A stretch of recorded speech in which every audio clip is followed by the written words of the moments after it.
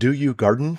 I love to garden and I love my garden, but doing it the right way so you actually get really good produce from it is the key, not only to life now, but obviously if crap hits the fan. So today I'm going to talk about the lovely topic of compost. Things you're going to want to put on your garden. And there's some things that you can compost right now, straight from your kitchen, straight out to your garden, that will drastically help your garden grow. 7 things specifically, but even more so. Toward the end, listen to this. I'm going to tell you some things to never put on your garden, which would be bad news for your plants. Because, for experienced gardeners, which I am certainly not a master gardener, but I do well, master gardeners will tell you that, oh yeah, there's some things that are gold when it comes to your garden. And that's what we're going to talk about first. Okay, so here we go. Things you can put on your garden immediately. In other words, straight from your kitchen to your garden. First is coffee grounds. Kind of hard with little K-cups. But, we have our espresso machine, which I talked about before. We do ground coffee, obviously. But the coffee grounds are incredible, incredible for your plants. I sprinkle them right around each plant. I don't let the coffee grounds touch the stems of the plants themselves. It's always a smart thing, is never let it touch the stems, and then make it so it's a nice ring around it. There's so many good nutrients in the coffee grounds that'll seep into the soil and make your plant not only grow healthy. It's not simply just about growing a plant, because plants will grow pretty easily on their own. But if you're trying to get produce off that plant like veggies, having the right raw materials for the veggies is the key, by the way, because a lot of plants will grow, but changing the environment and giving the nutrients to get the produce off your plants, that's the different story. Next are leaves. So we mulch. We've got a couple mulchers, a few of them, by the way. And not only do we mulch, but we also compost in a giant compost bin. But ground up mulchy leaves is incredible. I don't know if you know it, but do you realize soil, dirt, is just like things like leaves? Or, maybe you had an animal die and you just kind of watch over, a few months and it finally disappears. It doesn't disappear. It becomes part of the soil too.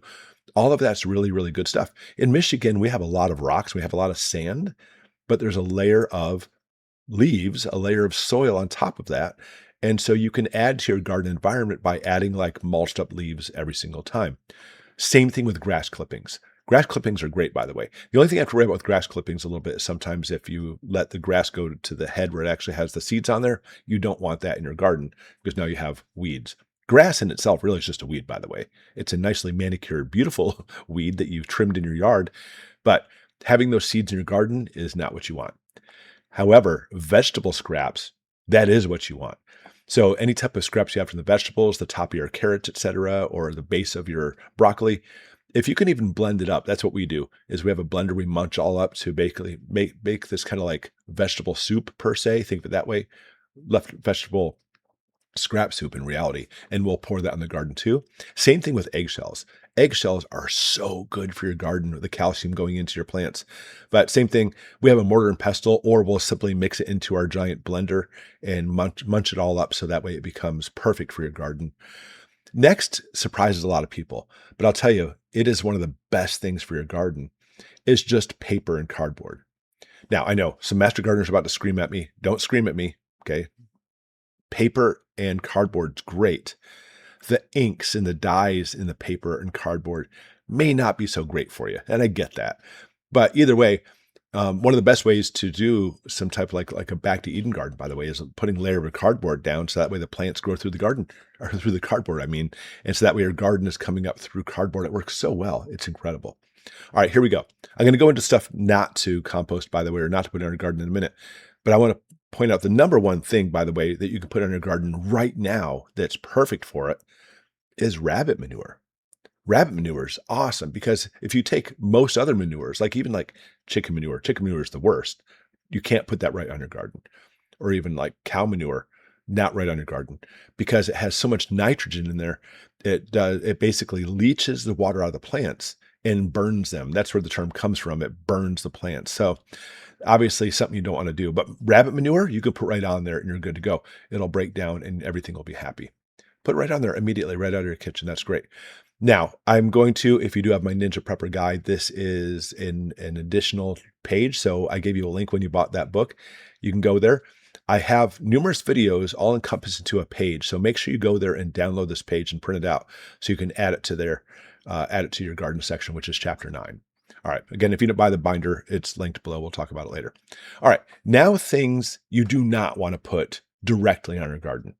I'm going to talk about things to put in your garden, but you need to let it go through compost for at least 6 months. I like a year, if not more. Chicken manure. Chicken manure is the most, I mean, there may be something worse, by the way, but it's the hottest of all the manures. What that means is it has the highest of nitrates and ammonia in it. So it'll leach the water through osmosis from your plant and kill your plant. Not to mention the high levels of ammonia on there too will basically poison the plant. It's not good for it. Same thing with horse manure. It's great for your garden. Cow manure, goat manure, sheep manure, all is good stuff. But make sure you put it into a compost bin at least 6 months before you put it on the garden. They will burn your plants and then basically go just the opposite of what you want and kill it instead. Now, weeds, grass clippings and weeds, I just put those in my compost bin also and stir it around, because if a plant does grow from it, which it will, by the way, it'll just get suffocated and never actually be able to go through the process of photosynthesis because it's enclosed. And you want to make sure that happens before it seeds. Wood ash for my wood stove is also great, great, great for a garden. The only problem with wood ash is it will raise the pH. It'll make it more basic instead of acidic. And there's a lot of plants that can't handle that basic type soil. So wood ash is great. I'll mix it into my compost. If you want to put it directly on your garden, we're talking about just a light dusting. Don't use much of it. Wood ash has so many other uses, by the way. Like the best use by far is to make soap. That's what it's used for. Some other people use it for like getting traction on ice. It works okay. It's really messy for that. I mean, look, I don't care about under my car being messy, but you're handling it, putting out there, and you're going to have a bag of it back in your car in case you get stuck somewhere. That's not what we do. We always have, up here in Michigan, the land of lots of snow, we always have other venues instead of simply putting wood ash in the ground. I think it's a waste of wood ash for your car, by the way. I'd rather make soap with it. That's what the key is. All right, so here's the thing.